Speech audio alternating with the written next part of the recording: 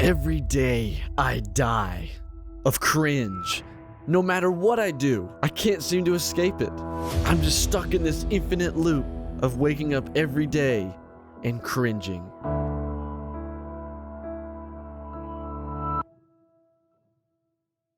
Boss Level is a movie about a retired special forces officer that is trapped in a never-ending time loop on the day of his death.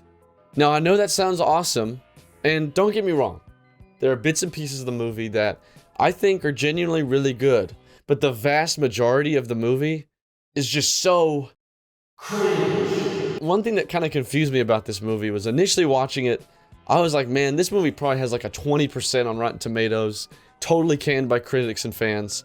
But no, you go on Rotten Tomatoes, it's got like a 73% critic rating, and same with the viewer rating. I believe it's 76%. It was just unbelievable. So I looked in the reviews just to see what people were saying, and some I agree with, and others I don't even know what's going on. This was a fun watch. If you're a gamer, you will love this movie. Lots of great action, well acted, good story. I'm going to watch it again and again and again. Saw it, forgot it.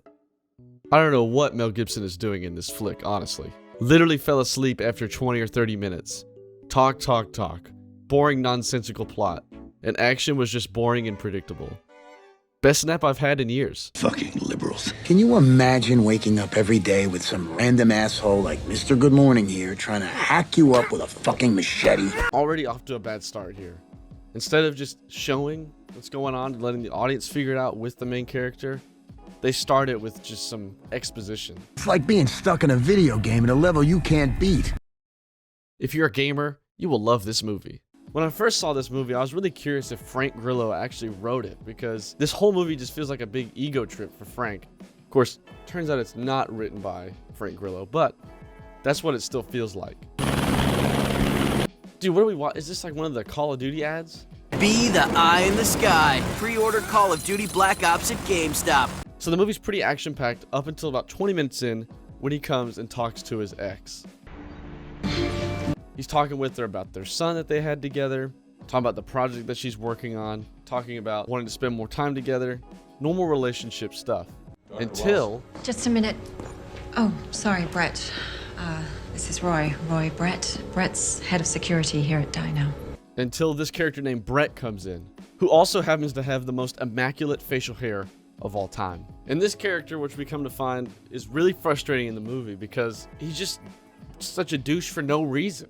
It's not like he's a love interest to Frank's ex. He's just mean just to be mean. Well, you know where we are, hotshot. Of course, after this encounter, Frank is escorted out of the building where he delivers these absolutely epic slam dunk one-liners. Whoa.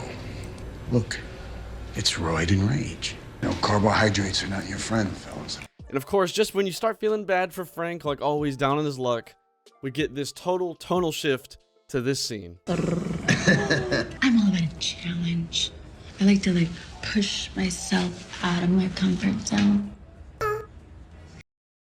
Fucking liberals. So now we're back in the time loop segment, and Frank decides to go down to underground Atlanta, and he happens to see his son down there, which he then proceeds to track to this arcade. Of course, in this arcade, you know, Frank Grillo, he's this epic, badass guy. He's got to totally XD own this guy who looks like Lester from GTA 5.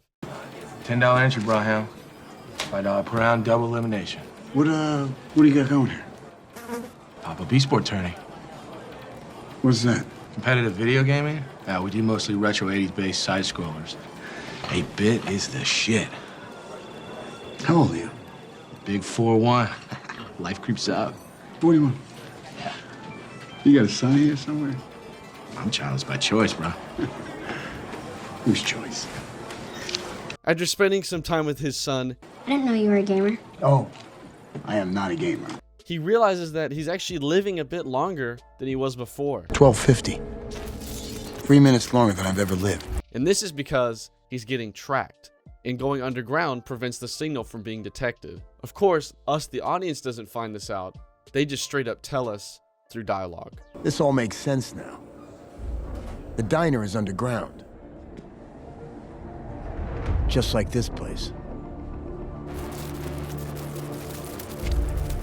They're tracking me. After this, he gets killed and resets again and goes back to the bar where his friends are. And of course, conveniently, his friend is a surveillance expert and can help him find this tracking device. Got it. Great. Good. Dave, you know anything about tracking devices? I don't know anything about that kind of thing, Roy. I know everything about that kind of thing, Roy. After finding out that the tracking device is in his tooth, he uses it to lure all the assassins and kill them. And during this whole process, we are graced with this absolutely bizarre scene. Just take a look. Drop it. What, the tooth? No, not the tooth. I'm not dropping it. Well, it drops, so you drop. This is a custom handmade Vulture PPK that cost me nearly $500,000 at auction. You bought a handgun for $500,000. Why in the fuck, Pam, would you ever do something like that? Pam? With Matt. Many, many times. In passing. Hold it by the trigger guard. Handle it as if it were porcelain. AH? Adolf. Hitler. You been killing me with fucking Hitler's gun this whole time? It was stolen by an American serviceman in 1945. Jesus, what's wrong with you? Fast forward to the present day. I didn't think this did any worse. Very pretty penny. And it has. Are you going to kill me now? No, Pam. I'm gonna shoot you. As for the Jews.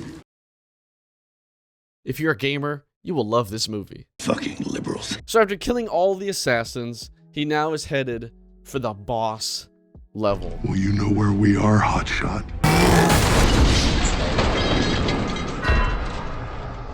Of course, he fails time and time again because he's getting totally wrecked by that bodyguard Brett. I can do this all day, Dick.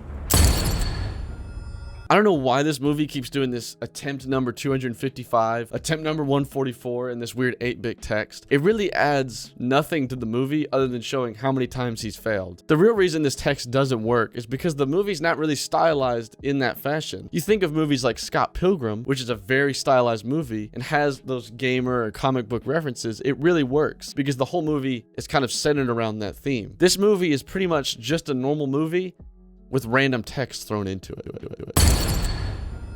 Of course, he fails time and time again because he's getting totally wrecked by that bodyguard Brett. And then when he finally gets past Brett, he starts getting destroyed by the samurai lady. And he's getting his ass beat hard, like just totally destroyed. But this doesn't make any sense. If we go back earlier into the movie, we see that the same katana lady is actually in the burner with the rest of the assassins. So if he could kill her before, what's so different now? Like, why can't he kill her in this instance?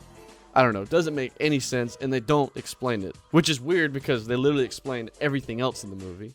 Adolf Hitler. So he finally ends up killing the samurai lady, all from learning some katana from a lady in that bar earlier that, you know, I guess pertain to the plot now. And after he kicks her ass, Mel Gibson also delivers some absolutely baller lines. Some of Mel Gibson's best dialogue work to date. She put me inside, pal. She put me inside to stop you. And you killed her. Ow! Fucking liberals. The spindle gives us the power of God to recreate our whole world, minus the tragedy. Adolf Hitler, 9/11. So after this, the movie actually becomes pretty decent. He finds out that no matter what, the world ends every single day, but then resets back to where he was in his bedroom. So he decides to finally take this time and spend time with his son and just talk to him about life and just get to know him. This is where you actually start to like Frank as a character, and I could see where the reviewers are talking about when they say they like this movie. This part is legitimately pretty good, and it's kind of a shame it happened an hour into the movie, but I could definitely see it. And of course, through spending time with his son and doing this good deed, he learns that he still has time to save his ex. Hey, bud, let me see your phone. She was still alive when I woke up. Venter hadn't killed her. Well, you know where we are, hotshot. All right, fuck this. I want to brawl now. The battle royale. The boss level. Okay, that was actually pretty funny. After killing Brett and Mel Gibson, he has to go back into the machine that's been causing this one last time to solve everything. So yeah, that was boss level. Took us a lot to get through it, but we're through it. We came out alive, and it was bad, but there was a few good moments. So that was the saving grace of the movie, was that there was those few good moments that kind of got you through. So I guess I could see the 70%, maybe. Maybe it's a little exaggerated, but the movie's not totally bad. But there just is a lot of cringe moments.